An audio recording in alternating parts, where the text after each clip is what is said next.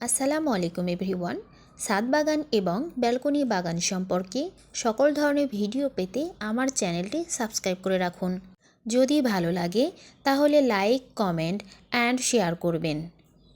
টবে রসুন চাষ পদ্ধতি।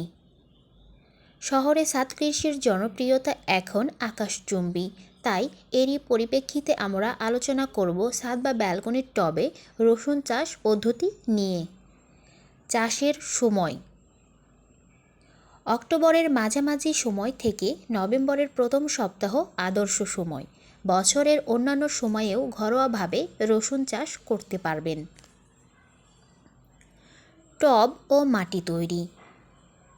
একটি মাঝারি আকৃতির টবে প্রায় 15 থেকে 20টি রসুন গাছ করতে পারবেন।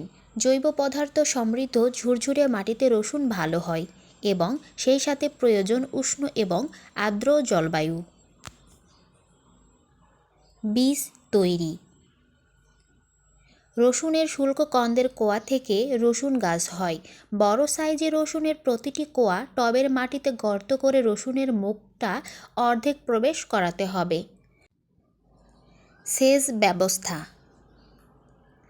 মাঝে মাঝে পরিমিত পানি দিতে হবে, কারণ রসুনের টবে পানি জমলে রসুন পচে যায়। তাই অবশ্যই টবের নিচে ছিদ্র করে দিতে হবে, যেন অতিরিক্ত কোনো পানি টবে জমে থাকতে না পারে। পরিচর্যা। প্রচুর আলো বাতাস পাওয়া যাবে এমন স্থানে টব রাখতে হবে। লক্ষ্য রাখতে হবে টবে যেন আগাছা না জন্মে।